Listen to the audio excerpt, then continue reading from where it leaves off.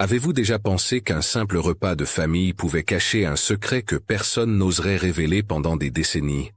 À Dijon, en 1932, dans une maison bourgeoise de la rue des Forges, une jeune domestique de 19 ans sourit devant un appareil photo, au moment même où sa vie bascule. Ce soir-là, un dîner parfaitement ordonné se transforme en un événement qui marque à jamais la famille Artaud.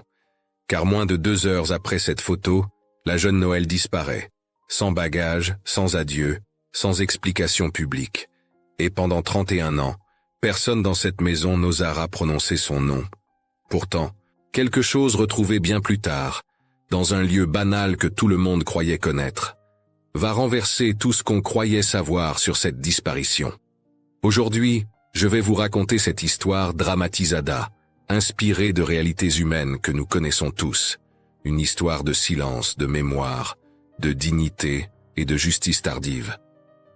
Avant de commencer, si ces récits humains, chargés d'émotions et de mémoire, résonnent en vous, abonnez-vous à la chaîne, laissez un like et dites-nous de quelle ville vous nous regardez. Votre participation aide vraiment à faire vivre ces histoires dramatisada et à rappeler que chaque vie, même silencieuse, a quelque chose à enseigner. Dijon, 1932. Dans le salon à manger d'une maison bourgeoise de la rue des Forges, une photographie est prise à 19h10 précise. L'horloge murale le confirme. Sur la table, les couverts alignés reflètent la lumière d'un abat-jour en tissu. Au fond, près du buffet, une jeune bonne de 19 ans nommée Noël Vasseur tient un plateau couvert. Elle sourit, mais ses yeux trahissent une tension étrange. La paupière gauche légèrement crispée, le menton dur, et sur le bord de son poignet droit, une petite coupure mal cicatrisée. Ce que personne ne sait encore, c'est que dans moins de 2 heures, Noël Vasseur disparaîtra de cette maison, et que la famille Artaud ne prononcera plus jamais son nom, ni ne priera pour elle. Pourquoi un silence aussi radical pour une simple domestique? La réponse se cache dans ce plateau qu'elle tient entre ses mains tremblantes. La famille Artaud traverse une période difficile. Hervé, le père, négociant en vin, subit de plein fouet la crise qui frappe le commerce bourguignon depuis 1930. Les ventes vers Paris ont chuté de 40% selon les registres commerciaux de la région. Mais dans cette maison, l'étiquette demeure rigide. Solange, l'épouse, veille aux apparences avec une obsession maladive. Leur fille Jeanne, 11 ans, est une enfant fragile qui souffre d'asthme. Noël, orpheline de père, arrive de l'internat laïque de Chalon-sur-Saône 6 mois plus tôt. Elle travaille pour une chambre sous les toits, 2 francs par semaine et les repas. Les archives syndicales de la CGT confirment que ce type de contrat était courant à l'époque. 14 heures par jour, un seul jour de congé par mois. Noël est vive, discrète. Elle possède un talent rare que personne n'a demandé, mais que tout le monde utilise en secret. Elle sait calmer les crises d'asthme de Jeanne avec une tisane de thym et de miel, recette apprise de sa mère. Ce soir-là, sur le plateau que Noël tient, il n'y a pas un dessert de maison bourgeoise. C'est un pudding au pain rassis, une recette qu'elle a proposée pour économiser. Solange a toléré l'idée, mais la considère comme une chose de pauvre. Pendant que Monsieur Lenoir, un invité négociant, prend la photographie, la conversation glisse vers les coutumes modernes qui contaminent le service domestique. Solange serre sa serviette. Le regard de Noël se durcit. Quelque chose a été dit juste avant le déclic. Quelque chose qui coupe l'air comme une lame. Dans le couloir qui mène à l'office, Noël entend Armand, le chauffeur, grommeler que la patronne n'admet pas les bonnes, avec des idées propres, et qu'elle aura son compte ce soir. Plus tôt dans la journée, Noël a demandé à Hervé les salaires en retard, 3 semaines de paix, et du charbon pour sa chambre sous les toits. Il fait si froid que Jeanne a eu une crise de toux la nuit précédente. Noël l'a aidé à respirer, en faisant bouillir de l'eau avec du thym. Hervé a répondu avec des promesses vagues. Solange, irritée, a ordonné que la bonne n'interfère plus jamais dans la santé de sa fille. Le sourire tendu de Noël sur la photographie naît de cette peur de représailles et d'un secret déjà en gestation dans son esprit. Jeanne, la petite, souffre depuis des mois de nuits sans air. Le médecin de famille, payé cher par les Artaud, prescrit le repos au lit et un sirop coûteux. Mais les crises continuent. Noël, en nettoyant la chambre de l'enfant, a remarqué quelque chose que personne n'avait vu. De la moisissure derrière le papier peint fleuri. La cause réelle des crises. Elle demande la permission d'aérer la chambre chaque matin et de faire bouillir de l'eau avec du thym pour humidifier l'air. Solange refuse sèchement. « Remède de bonne », dit-elle. Et lorsque Jeanne commence à respirer mieux grâce à la tisane que Noël lui donne en cachette, la mère se sent désautorisée. Pour la maison Artaud, il est plus facile de faire taire une domestique que d'accepter qu'un soin humble ait mieux fonctionné que le luxe. Après le dîner, alors que les invités partent et que la maison retrouve son silence pesant, Solange donne un ordre simple à Armand. « Emmenez-la, maintenant ». Dans le vocabulaire domestique de l'époque, emmener signifiait déposer la bonne à la gare avec un sac, sans lettre de référence.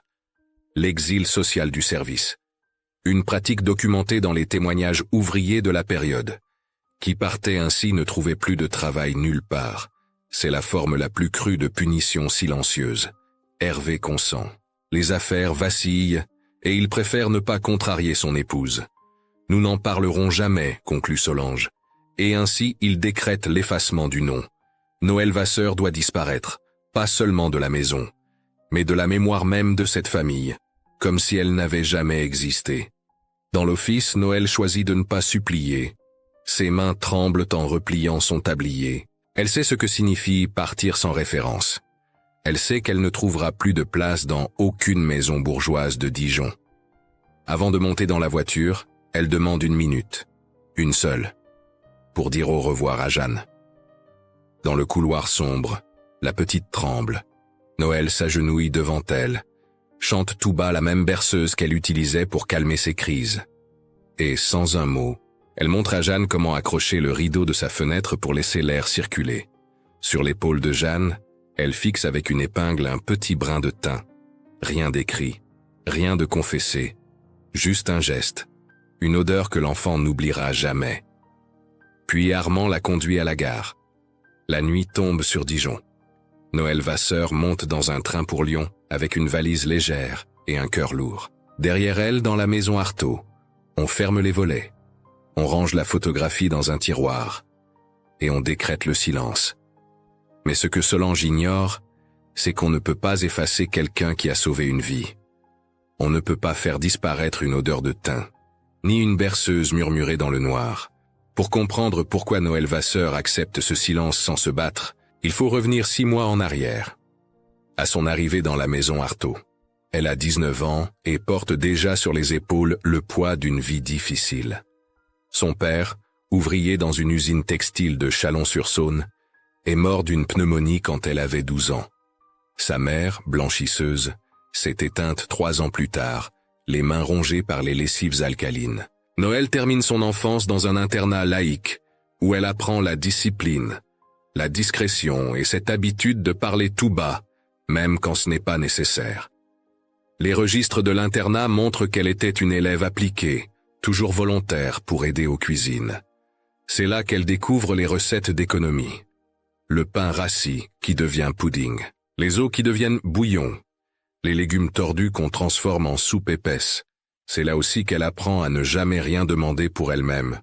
Quand Hervé Artaud vient chercher une domestique à l'internat, Noël se présente avec une seule recommandation écrite par la directrice. Honnête, travailleuse, silencieuse, Hervé l'embauche immédiatement. Le salaire est maigre mais Noël ne négocie pas. Elle a une chambre sous les toits, juste assez grande pour un lit étroit et une malle en bois. Le chauffage n'y monte jamais. L'hiver, elle dort avec son manteau sur les épaules. Ses mains se fissurent à cause de l'eau froide et des savons. La cicatrice sur son poignet date d'un couteau qui a glissé en tranchant du pain. Elle n'a pas osé demander un pansement. Elle l'a bandé elle-même avec un morceau de tissu arraché à un vieux torchon. Jeanne Artaud, la petite fille de la maison, devient rapidement attachée à Noël. Pas seulement parce que la bonne est douce avec elle, mais parce que Noël est la seule personne qui semble vraiment écouter quand l'enfant dit qu'elle a du mal à respirer. Solange, la mère, minimise toujours. « C'est nerveux », dit-elle. Le médecin prescrit du repos et un sirop à base de codéine que l'on trouve dans les pharmacies de l'époque. Mais les crises continuent, surtout la nuit. Jeanne se réveille en suffoquant, les mains agrippées à sa gorge. Solange appelle Noël pour veiller sur l'enfant pendant qu'elle retourne se coucher. Et c'est dans ces nuits-là que Noël commence à observer. Elle remarque que les crises sont pires quand la fenêtre reste fermée, que l'odeur dans la chambre est lourde, humide. En nettoyant derrière le lit, elle découvre la moisissure. De grandes taches verdâtres sous le papier peint à fleurs. Elle sait, par sa mère blanchisseuse, que ce type de moisissure attaque les poumons. Elle demande timidement à Solange la permission d'aérer la chambre chaque matin. Solange refuse. « Il fait trop froid », dit-elle. « L'enfant va prendre mal. » Noël insiste avec précaution. Elle propose de faire bouillir de l'eau avec du thym pour humidifier l'air sainement. « Remède de pauvre », répond Solange avec mépris.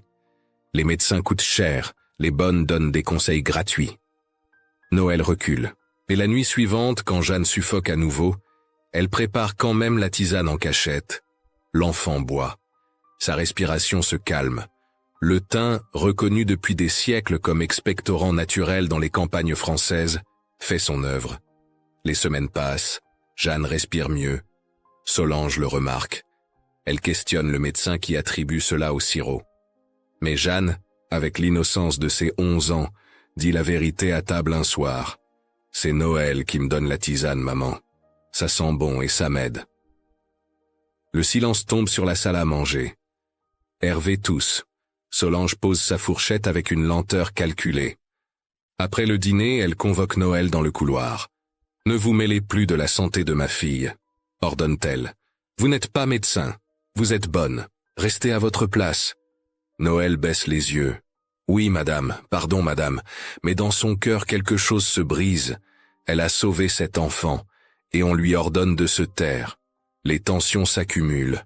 Hervé retarde les salaires. 3 semaines, puis 4. Noël a besoin de cet argent pour envoyer quelques sous à une cousine restée à Châlons. Mais elle n'ose pas réclamer. Jusqu'au jour où le froid dans sa chambre devient insupportable. Elle descend demander du charbon. Hervé promet d'en faire livrer. Le charbon n'arrive jamais. Une nuit, Jeanne a une crise violente. Noël se précipite dans sa chambre avec la tisane. Solange la trouve là, agenouillée près du lit, tenant la main de l'enfant. « Sortez immédiatement », siffle-t-elle. Le lendemain, l'atmosphère dans la maison est glaciale, plus froide encore que la chambre sous les toits. Noël sent que quelque chose se prépare. Armand, le chauffeur, évite son regard. La cuisinière, Madame Roche, lui glisse à l'oreille. « Méfiez-vous. La patronne n'aime pas qu'on la contredise. » Le soir de la photographie arrive. Monsieur Lenoir, un associé d'Hervé, vient dîner. Il apporte un appareil photographique. Nouveauté à l'époque dans les maisons bourgeoises. Après le repas, il propose de prendre une photo du salon à manger, pour immortaliser l'élégance de la maison Artaud, dit-il. Solange accepte avec fierté. Noël est appelé pour apporter le dessert, ce pudding au pain qu'elle a préparé avec les restes. Elle entre dans le cadre sans le vouloir. Monsieur Lenoir déclenche. 19h10. Le flash illumine la pièce. Et dans ce bref instant de lumière, tout le drame silencieux de cette maison se fige sur la pellicule. Le sourire forcé de Noël, ses yeux tendus, la coupure sur son poignet, et ce plateau qu'elle tient comme un bouclier dérisoire contre l'injustice qui va s'abattre sur elle dans moins de 2 heures. Après le départ de Lenoir, Solange attend que la maison soit silencieuse. Puis elle prononce la sentence. Emmenez-la. Maintenant. Et Noël Vasseur, 19 ans, disparaît dans la nuit de Dijon. Effacé, oublié. Du moins, c'est ce que croit Solange Artaud. Lyon, 1933. Noël Vasseur descend du train avec une valise qui contient toute sa vie. 2 robes, un châle, une paire de chaussures trouées. Et dans la poche intérieure de son manteau, la seule chose qui compte vraiment, la recommandation de l'internat de Châlons. Sans lettre de référence des Artaud, c'est tout ce qu'elle possède pour prouver qu'elle sait travailler. Elle loge d'abord dans une pension ouvrière de la Croix-Rousse, une chambre minuscule qu'elle partage avec 2 autres femmes.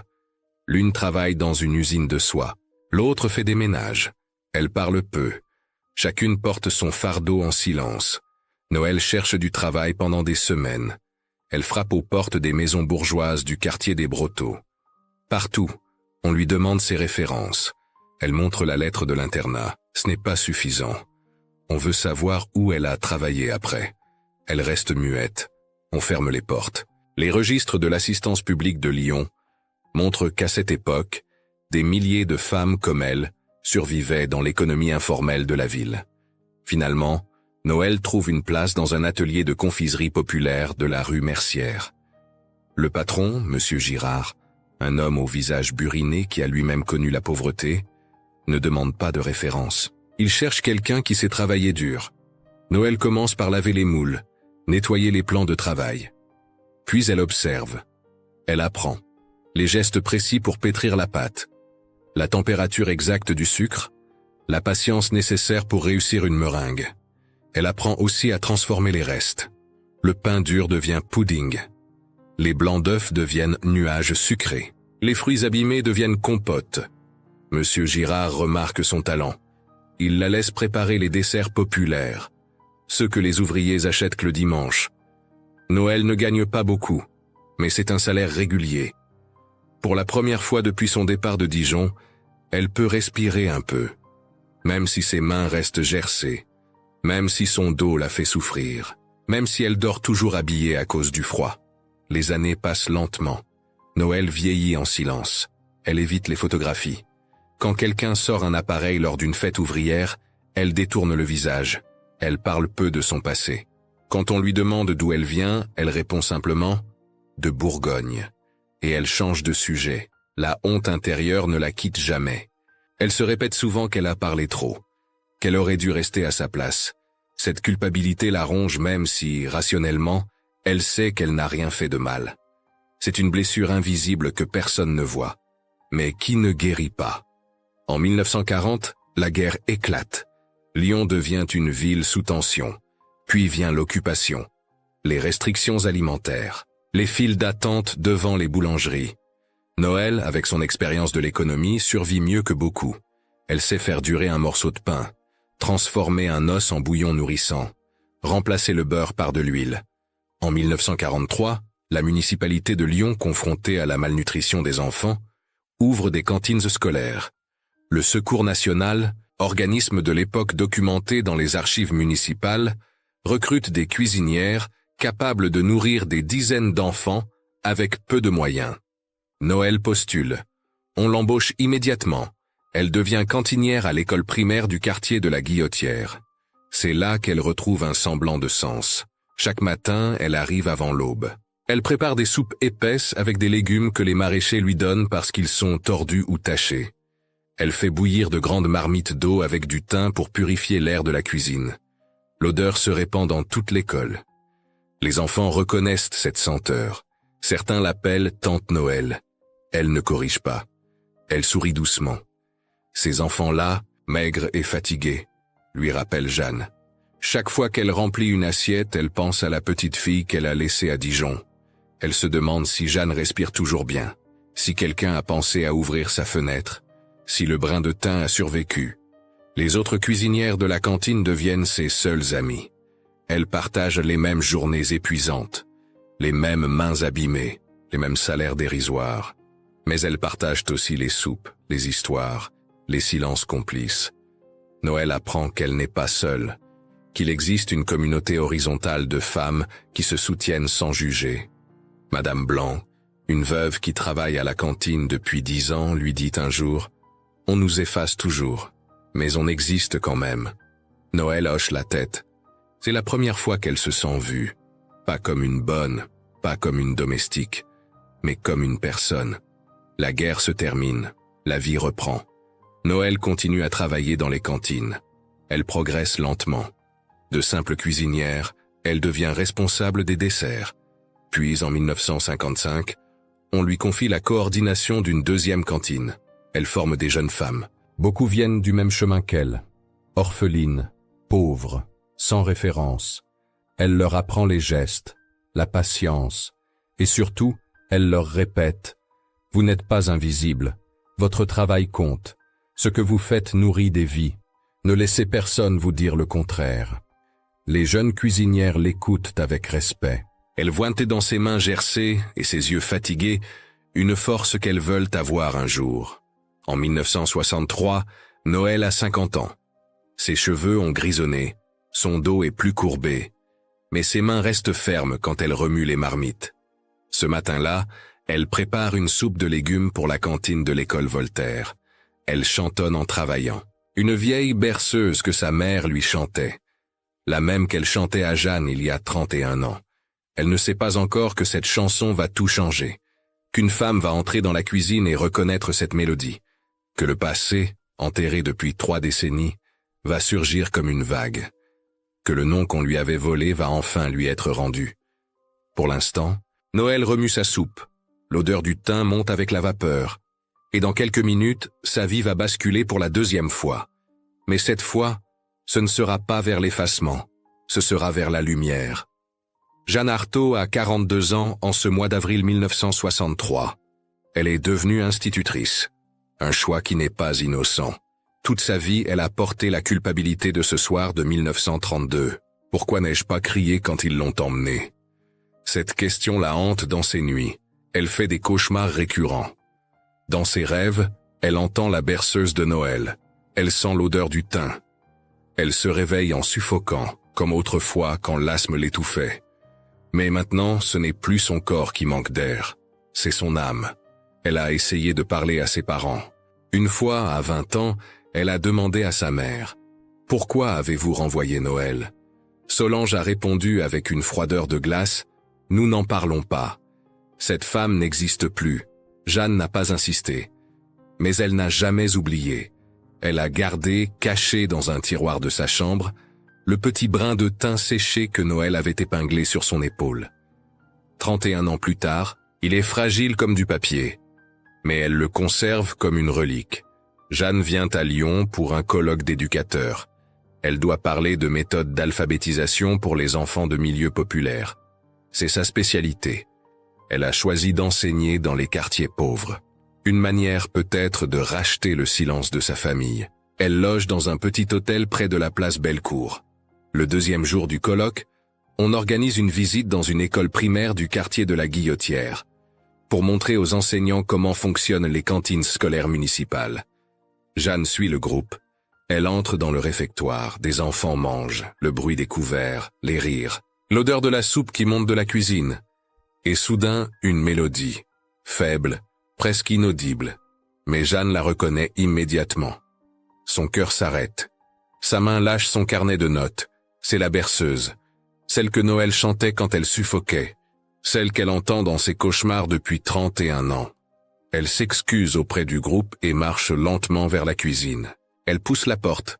La vapeur l'enveloppe. L'odeur du thym, si puissante qu'elle doit s'appuyer contre le mur. Et là, devant une grande marmite, une femme aux cheveux grisonnants, dos légèrement courbé, remue la soupe en chantonnant. Jeanne voit les mains, gercées, abîmées par des décennies de travail. Elle voit le poignet, la cicatrice. Toujours là, après tout ce temps, la femme se retourne, leurs regards se croisent. Noël cesse de chanter. La louche tremble dans sa main. Elle reconnaît ses yeux. Ces mêmes yeux qui la regardèrent avec confiance quand elle préparait la tisane. Mais maintenant, ce sont les yeux d'une femme adulte, pas d'une enfant de 11 ans. Jeanne murmure « Madame, vous connaissez cette chanson depuis longtemps, n'est-ce pas ?» Noël ne répond pas tout de suite. Elle pose la louche. Ses lèvres tremblent. « Oui, mademoiselle, c'est ma mère qui me l'a apprise. » Jeanne avance d'un pas. « Votre mère était blanchisseuse à Chalon-sur-Saône ?» Noël devient pâle. « Comment savez-vous ?» Jeanne sent les larmes monter. « Parce que vous me l'avez dit, il y a très longtemps. Quand j'étais petite et que je ne pouvais pas respirer. » Le silence s'installe. Lourd. Chargé de 31 ans d'absence. Noël recule. « Non, ce n'est pas possible, vous ne pouvez pas être. » Jeanne prononce alors les mots que personne n'a dit depuis 3 décennies. « Noël Vasseur. Vous êtes Noël Vasseur. Et je suis Jeanne Arthaud, la petite fille que vous avez sauvée. » Noël s'effondre sur une chaise. Ses mains couvrent son visage. Elle pleure sans bruit. Toutes ces années à croire qu'elle avait été effacée, oubliée, jetée comme un rebut. Et voilà que cet enfant, devenu femme, se tient devant elle. Jeanne s'agenouille. Pardon. Pardonnez-moi. J'aurais dû crier. J'aurais dû vous défendre. Mais j'avais 11 ans et j'avais peur. Noël lève les yeux. Rouge. Gonflé. Non. Vous étiez une enfant. Vous n'avez rien à vous reprocher. Mais Jeanne secoue la tête. Si. J'ai tout à me reprocher. Parce que pendant 31 ans, j'ai laissé ma famille effacer votre nom. Comme si vous n'aviez jamais existé. Comme si vous n'aviez jamais compté. Les autres cuisinières entrent dans la cuisine. Elles voient Noël qui pleure. Elles s'inquiètent. Jeanne se relève.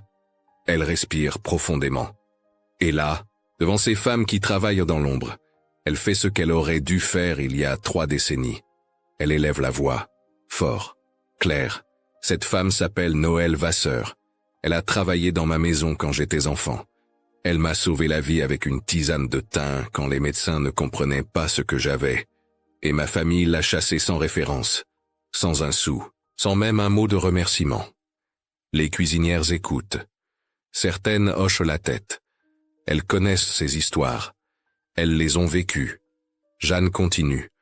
Je suis venue aujourd'hui par hasard.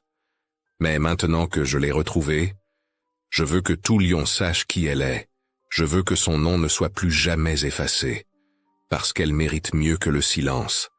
Elle mérite d'être reconnue, honorée, célébrée. Noël se lève lentement.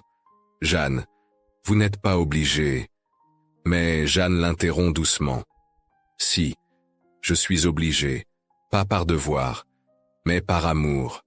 Parce que vous m'avez appris quelque chose que ma propre famille n'a jamais compris.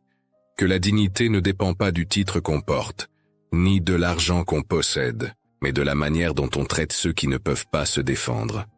Elle sort alors de sa poche un mouchoir brodé. Dedans, le brin de thym séché, encore intact après 3 décennies. Je l'ai gardé, depuis le soir où ils vous ont emmené. Je ne vous ai jamais oublié. Noël regarde cette petite relique. Elle pleure à nouveau, mais cette fois, ce ne sont pas des larmes de honte. Ce sont des larmes de soulagement. Le poids qu'elle portait depuis 31 ans commence à se dissoudre.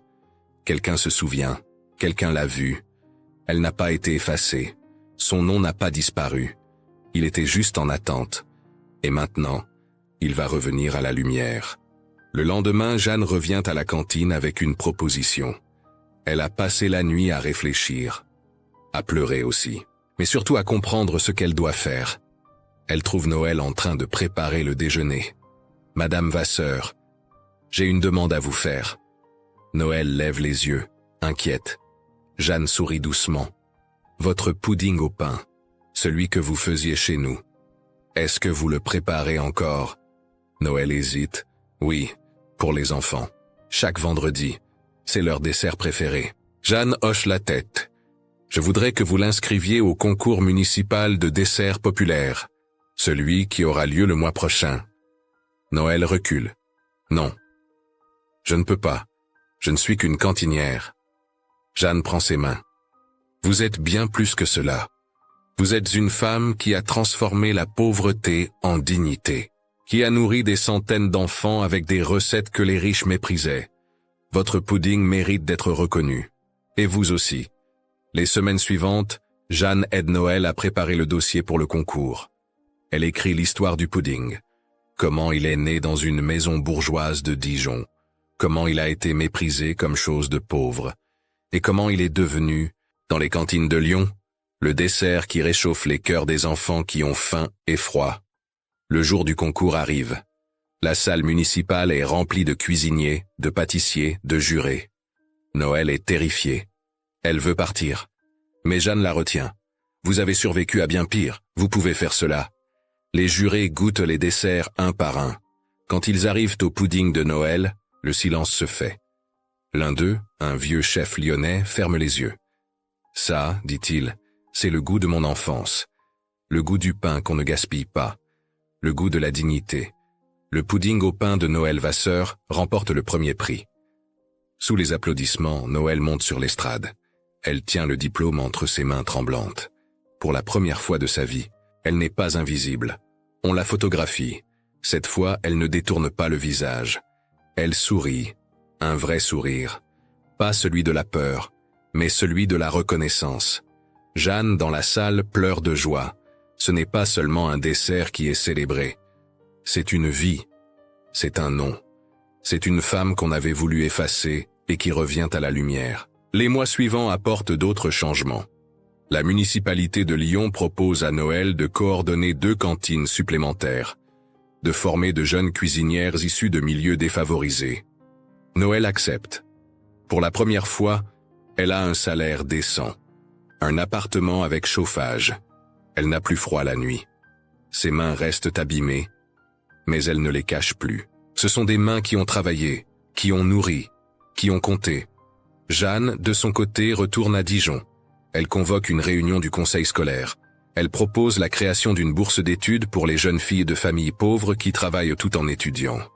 Elle veut l'appeler Bourse Noël Vasseur. Certains membres du conseil hésitent. Qui est cette Noël Vasseur? Jeanne raconte l'histoire, sans rien cacher. Sa famille, l'injustice, l'effacement et la rédemption. Le conseil vote à l'unanimité. Solange Artaud apprend l'existence de cette bourse par une voisine. Elle ne dit rien. Elle vieillit dans l'amertume, isolée, craintive du jugement. Elle sait que sa fille a trahi le silence, mais elle est trop orgueilleuse pour admettre son erreur. Elle meurt en 1965, à 73 ans, sans jamais avoir prononcé le nom de Noël. Mais dans ces dernières semaines, alitée, fiévreuse, elle délire. Les infirmières l'entendent murmurer. Noël. Pardon. Noël. Personne ne comprend. Jeanne, à son chevet, comprend. Mais il est trop tard. Le pardon qu'on refuse de donner vivant ne vaut plus rien quand on meurt. Hervé, lui, survit à sa femme 2 ans. En 1967, il envoie une donation anonyme à la bourse Noël Vasseur. 1000 francs, une somme importante pour l'époque. Il n'écrit pas de lettre, pas d'explication. Juste l'argent. C'est sa manière de demander pardon. Trop tard, trop peu. Mais c'est tout ce qu'il peut offrir. Jeanne reconnaît l'écriture sur l'enveloppe. Elle ne dit rien à Noël. Certaines choses doivent rester entre les morts et les vivants. En 1968, Jeanne rend visite à Noël dans son appartement de Lyon. C'est un dimanche. Noël prépare le pudding au pain. Elle s'assoit à table. 2 femmes que la vie a brisées puis reconstruites. Jeanne sort alors de son sac la photographie de 1932, celle du dîner chez les Artaud. Noël la regarde longuement. « C'est moi », murmure-t-elle. « J'avais 19 ans. J'avais si peur. » Jeanne hoche la tête. « Vous aviez raison d'avoir peur, mais vous aviez aussi raison de ne pas supplier. Vous êtes parti avec dignité, et c'est cette dignité qui vous a sauvé. » Noël touche le cadre. Qu'allez-vous en faire? Jeanne sourit. Je vais la garder, chez moi, à côté de la photo de mon diplôme d'institutrice, parce que c'est vous qui m'avez appris à respirer. Et c'est vous qui m'avez appris à enseigner, même si vous ne le saviez pas. Elle mange le pudding en silence. Le goût du pain, du miel, du lait. Simple, humble, mais tellement riche de sens. Jeanne regarde Noël. Vous savez ce que je dis à mes élèves quand je leur parle de vous? Noël secoue la tête. Je leur dis que la dignité ne se mesure pas à ce qu'on possède, mais à ce qu'on fait avec ce qu'on a. Vous aviez un brin de thym, vous en avez fait un remède. Vous aviez du pain rassis, vous en avez fait un dessert. Vous aviez été effacé, vous en avez fait une leçon d'humanité. Noël pleure doucement. Ce ne sont plus des larmes de honte, ce sont des larmes de paix. Jeanne prend sa main. Ma famille vous a volé votre nom pendant 31 ans. Mais aujourd'hui, ce nom est gravé sur une bourse qui aide des jeunes filles à étudier. Il est inscrit sur un diplôme de concours culinaire. Il est prononcé par des dizaines d'enfants qui vous appellent Tante Noël. Vous n'avez pas été effacé. Vous avez été retardé. Mais maintenant, vous existez. Et vous comptez. Plus que jamais. Noël Vasseur meurt en 1982, à 69 ans. Elle est entourée de ses anciennes élèves cuisinières, de Jeanne, et d'une dizaine d'enfants devenus adultes qui ont mangé son pudding dans les cantines de Lyon. Ses funérailles sont simples, mais dignes. Jeanne prononce l'éloge. Elle parle d'une femme qui a transformé l'injustice en enseignement, l'effacement en héritage, le silence en chanson. Après la cérémonie, Jeanne retourne chez elle à Dijon. Elle accroche la photographie de 1932 dans son salon. À côté, elle place une petite plaque gravée. Noël Vasseur, 1913-1982. Celle qui m'a appris à respirer. Cette photo ne sera jamais exposée dans un musée. Elle restera dans cette maison, privée, intime, parce que c'est là qu'elle doit être, pas comme curiosité historique, mais comme mémoire vivante. Comme preuve qu'une vie effacée peut renaître, qu'un nom volé peut être rendu, et que la dignité, même piétinée, finit toujours par se relever. Les années passent, la bourse Noël Vasseur continue d'exister. Des dizaines de jeunes filles en bénéficient. Elles ne savent pas toutes qui était Noël, mais elles portent son nom. Et dans ce nom, il y a une promesse, que personne ne sera plus jamais effacé, que chaque vie compte, que chaque geste de bonté, même le plus humble, laisse une trace, et que parfois, il suffit d'un brin de thym et d'un pudding au pain pour sauver le monde. Au terme de ce récit, une vérité s'impose.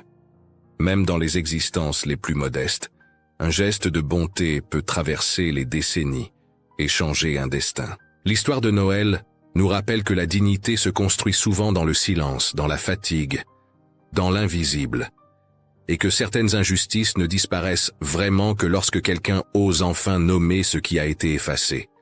À travers cette trame fictionnelle, mais profondément ancrée dans notre expérience humaine, nous sommes invités à réfléchir à la manière dont nous traitons ceux qui ne peuvent pas se défendre, et à la responsabilité que nous portons face au silence imposé. Et maintenant, laissez-moi vous poser quelques questions.